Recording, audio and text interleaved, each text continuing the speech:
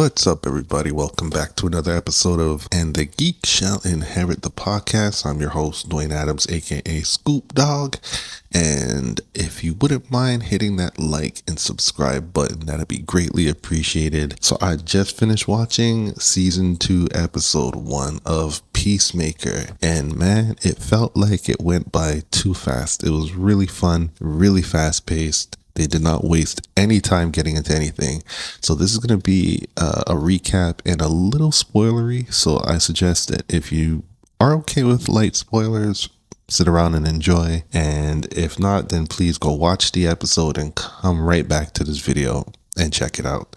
So the first thing I'm going to say is that right from the previously on, they give us, I won't say an explanation, but they show us the famous scene that everyone was wondering how they were going to fix this with the end of season 1, where the silhouettes of the Justice League show up at the end and you get to see Flash and Aquaman. Let's say that in a timeline kind of fashion, they kind of fixed it or showed us something else.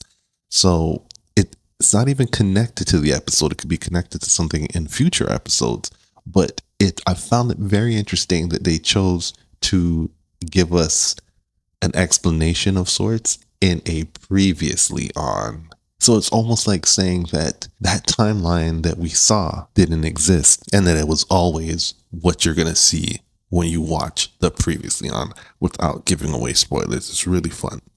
So the episode kind of starts off with Peacemaker pretty much feeling down and out because of his lack of fame, so to speak. He figured after he saved the world in season 1 that he was going to be, on Superman Justice Gang levels, and he wasn't. And they kind of give us a flashback scene where he's about to enter the pocket dimension that is in his house. And that's where he first finds his alternate door, which I really like how this is set up, where they have these servers that are connected to doors, and these servers look like tiny buildings, and it's very digital. I really like their interpretation of these doors that lead to timelines, seeing how my first book that I released recently is called The House of Infinite Doors, and it's all about doors connected to various universes.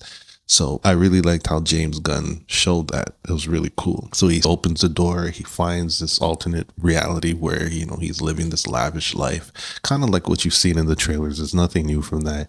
He sees his father, he gets scared and takes off running. And then we jump 6 months later and he's going for his interview with Max Lord and the Justice Gang. This is something that we've also seen in the trailers that came out. Now, this whole episode, there's a vibe going on about trying to pick up the pieces after losing a job that you were dedicated to. And I'm pretty sure a lot of you and a lot of us can relate to that. How do you move on after you've given so much to a particular job and then all of a sudden you're let go? I mean, a lot of us who are on YouTube doing this right now decided to chase a dream because we were put in that situation. But it's all about how do you pick up the pieces, the trauma, the letting go and the moving on. And I found that very interesting about this episode. So first we see Peacemaker going through his interview session, and they, this funny thing where they think that Max Lord thinks that he has the microphone turned off and it's not turned off, and they're just saying like horrible things about Peacemaker, and they're talking about their butts and whatnot. And there was a character who actually walked out of this it's a weird abandoned toy store where the interview's happening, and right before Peacemaker enters, there's this bunny girl that comes out, this rabbit girl comes out crying, and you find out later on that they were talking about her camel toe while the interview was going on. And they didn't know the mic was on. So he realizes that it's not easy for him to move on. And then he talks to Leota, who's Amanda Waller's daughter. She's the one that's driving him to the interview. And, she's going through something herself where, because she outed Task Force X in the last season, that not only is she unable to work for any other agency, she's blacklisted. So she can't work. And it's kind of like, when you when you're let go from your job and they give you that clause about you can't work for any competing companies. These people, this is all they've done. This is all they know, and not being able to work in that field again becomes difficult. Therefore, you're forced to find a job like as John put it to Leota, you may have to work at Athlete's Foot, which you didn't even know still existed. And it kind of hits home. It's going to hit home for a lot of people who've experienced this. And then we follow like hardcore. She's told by a therapist that she suffers from toxic masculinity. I thought that was so hilarious. It just the look on her face when he tells her that was comedic gold right there. And it's just like this continuous theme that all of them are in a really shitty place after saving the world. They're not getting the round of applause or the accolades, and they even the sentiments from what happened in Superman. Two things: the pocket universe causing these temporal rifts that were tearing apart Metropolis. They want to avoid that from happening now, so we have Argus in place.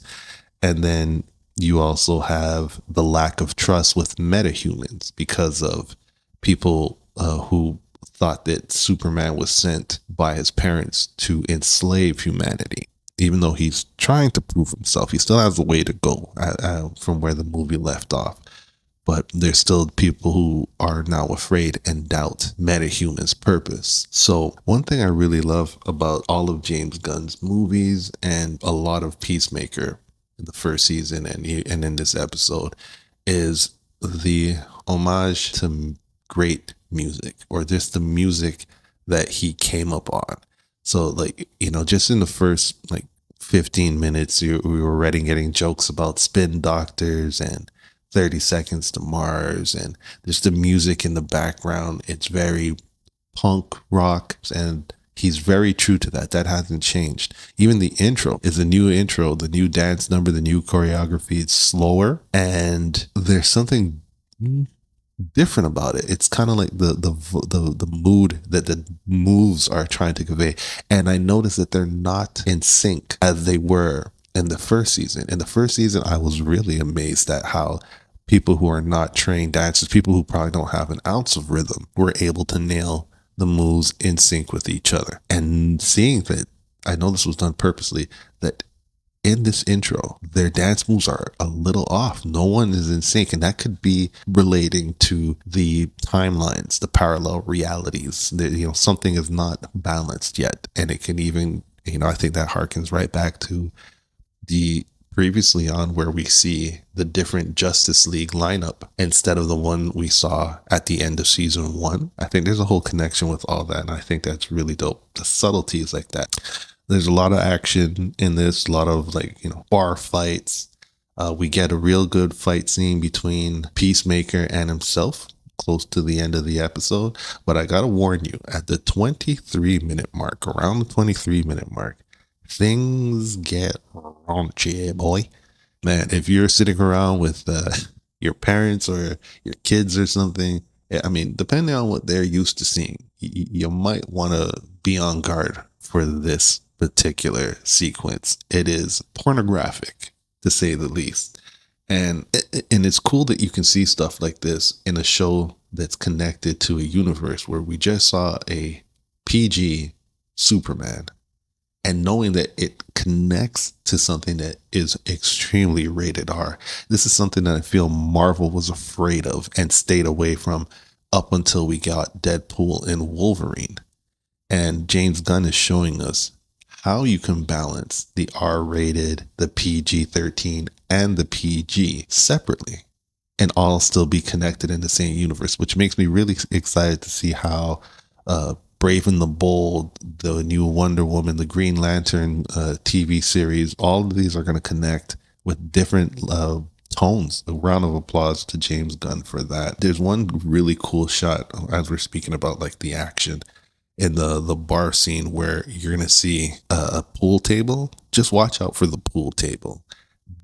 I love that James Gunn really focuses on these really cool shots. Like in season one, I think it's the fight scene between Peacemaker and one of these alien females that he picks up from like a bar or something, and the fight through the wall that they were having. It was really awesome. So he does something really cool and subtle, but it's really cool in this bar fight. One thing we get when Peacemaker crosses over to this alternate reality, he'll see him visit it twice.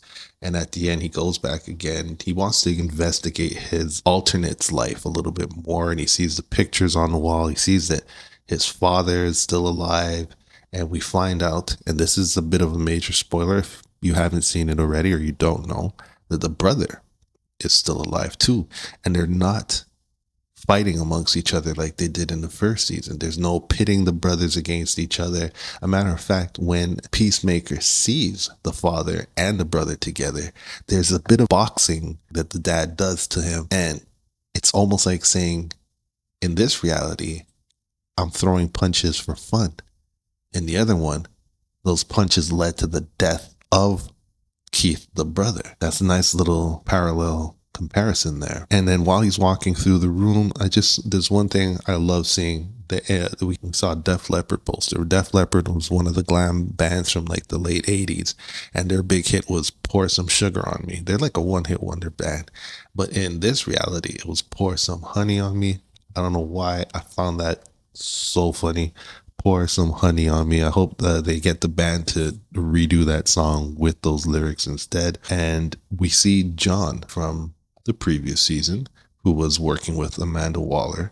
He got lucky. He's one of the lucky ones. He got picked up by Argus. So he's helping them spy on Peacemaker and a lot of interdimensional or intergalactic threats. So he's the only one who made it out pretty well and still has a good job, and he doesn't want to lose his job. So even while trying to maintain a friendship with Peacemaker, he doesn't want to let Peacemaker know that they're spying on him because he thinks that Argus is also spying on him.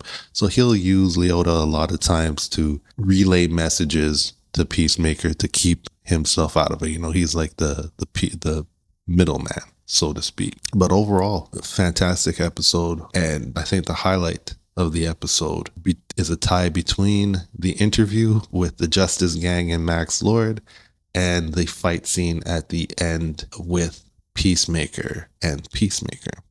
You'll see how that goes and you'll see how that ends. Anyways, if you've seen the episode, what did you think of the comeback of Peacemaker? Did you like everything that happened in the episode?